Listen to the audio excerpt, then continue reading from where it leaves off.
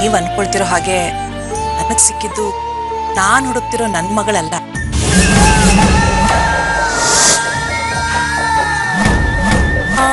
ಮತ್ತೆ ನಾನು ಒಬ್ಳು ತಾಯಿ ಇಲ್ದಿರೋ ಹುಡುಗಿನ ದತ್ತಕ್ಕೆ ತಗೊಳ್ಳೋಣ ಅಂತ ಯೋಚಿಸ್ತಾ ಇದ್ದೀನಿ.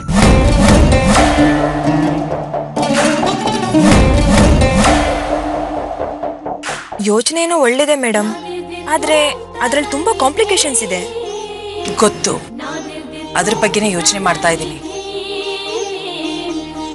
ಮನೆಯವ್ರಿಗೆಲ್ಲ ಹೇಳಬೇಕು, ಅವರ ಅಭಿಪ್ರಾಯ ತಿಳ್ಕೋಬೇಕು, ಆಮೇಲೆನೆ ನಿರ್ಧಾರ ತಗೊಳ್ಳೋದು. ಹುಡುಗಿ ಯಾರು ಮೇಡಮ್? ಅದು ಅವಳು ನಮ್ಮ ಆಫೀಸಲ್ಲೇ ಕೆಲಸ ಮಾಡ್ತಿರೋ ಒಬ್ಬ ಹುಡುಗಿ.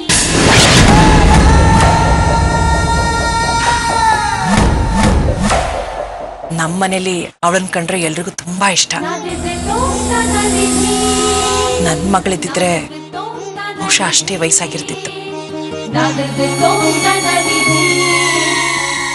ಅದೇ ಥರ ನಾವು, ಅದೇ ತುಂಟತನ, ಅದೇ ಥರ ಎಲ್ರನ್ನೂ ಪ್ರೀತಿಸೋ ಮನೋಭಾವ. ಈಗ ಹೇಳ್ತೀನಿ ಅಂತ ತಪ್ಪು ತಿಳ್ಕೊಬೇಡಿ ಮೇಡಮ್. ನಿಮ್ಮ ಮಗಳನ್ನ ಹುಡ್ಕೋದು ನಿಲ್ಲಿಸ್ಬಿಡ್ತೀರಾ?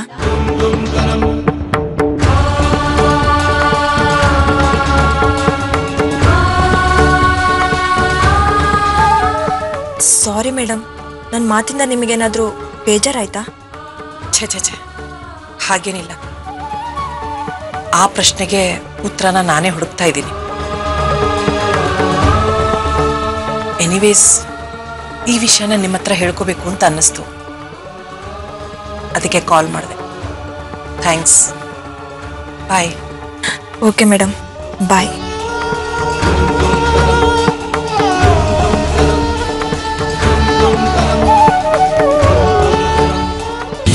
ದೊಡ್ಡಮ್ಮ, ತುಂಬಾ ದೊಡ್ಡ ಪ್ಲಾನೇ ಮಾಡಿದ್ದೀರಾ.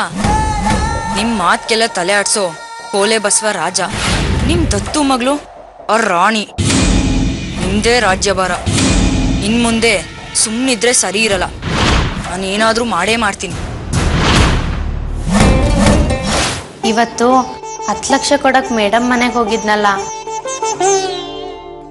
ಆಗ ಮೇಡಮ್ ರಾಜನ್ ಮದ್ವೆ ವಿಷಯ ಮಾತಾಡ್ತಿದ್ರು. ಓ, ಅವನು ಮದುವೆ ಮಾಡ್ತಿದ್ದಾರಾ? ಒಳ್ಳೇದೇ ಆಯ್ತು ಬಿಡು. ಇನ್ಮೇಲೆ ಅವ್ನು ನಿನಗೆ ಕಾಟ ಕೊಡೋದು ತಪ್ಪು. ಅಯ್ಯೋ, ಅಲ್ಲೇ ಇರೋದು ಪ್ರಾಬ್ಲಮ್. ಏನು? ಮೇಡಮ್ ಮಾತಾಡ್ತಾ ಮಾತಾಡ್ತಾ ರಾಜಂಗೊಂದು ಹೆಣ್ಣು ನೋಡಿದೀನಿ ಅಂತ ನನ್ ಮುಖ ನೋಡ್ಬಿಡದ. ಒಳ್ಳೇದಾಯ್ತು ಬಿಡು,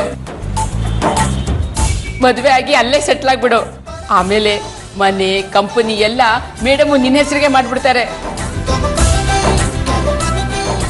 ಹೋಗಜ್ಜಿ, ಆ ರಾಜನ್ ಜೊತೆ ಜೀವನ ಪೂರ್ತಿ ಕಳಿಯದ. ಮೇಡಮ್ ಏನಾದ್ರೂ ಅದನ್ನೇ ತಲೆಯಲ್ಲಿ ಇಟ್ಕೊಂಡು ನನ್ನ ಹತ್ರ ಬಂದು ಕೇಳಿದ್ರೆ ನಾನು ಈ ಊರೇ ಬಿಟ್ಟು ಓಡೋಗ್ತೀನಿ ಅಷ್ಟೇ. ನಾನು ಹೇಳಿ ಸರಿ ತಾನೆ ಅಪ್ಪ?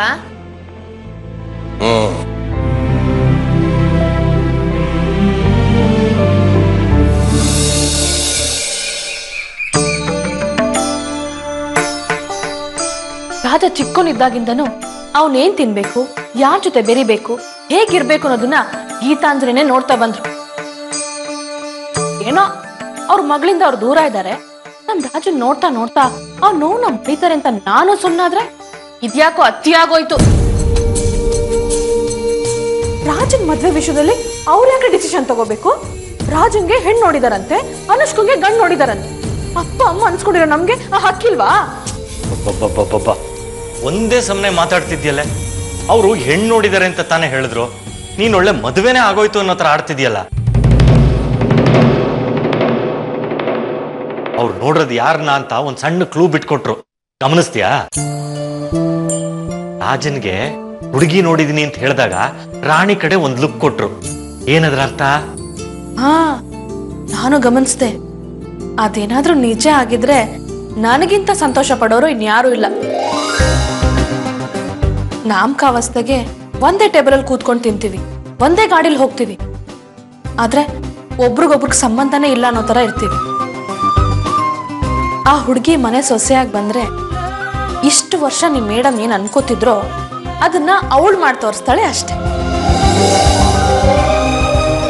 ಆದ್ರೆ ನಮ್ ರಾಜಂಗೆ ಇಷ್ಟನೋ ಇಲ್ವೋ ಹೇಗ್ ತಿಳ್ಕೊಳ್ಳೋದು? ಅವನು ಮೇಡಮ್ ಹಾಕಿದ ಗೆರೆ ದಾಟಲ್ಲ. ಅವನು ಓಕೆ ಅಂದೆ ಅಂತಾನೆ, ಒಪ್ಕೊಂಡೇ ಒಪ್ಕೋತಾನೆ. ಏನೋ ಇಬ್ರು ಸೇರ್ಕೊಂಡು ಏನೋ ಸ್ಕೆಚ್ ಆಗ್ತಿರೋಗಿದೆ. ಏನೋ ನೀನು ಸ್ಕೆಚ್ಚು ಮಚ್ಚು ಅಂತೆಲ್ಲ ಅನ್ಕೊಂಡು ಅದೆಲ್ಲ ಹೋಗ್ಲಿ ಬಿಡು. ನಿಮ್ಮ ಅತ್ತೆ ರಾಣಿನ ಮನೆ ಸೊಸೆ ಮಾಡ್ಕೋಬೇಕು ಅಂತ ಹೇಳ್ತಿದ್ದಾರೆ, ಇದಕ್ ನೀನೇನ್ ಹೇಳ್ತೀಯ?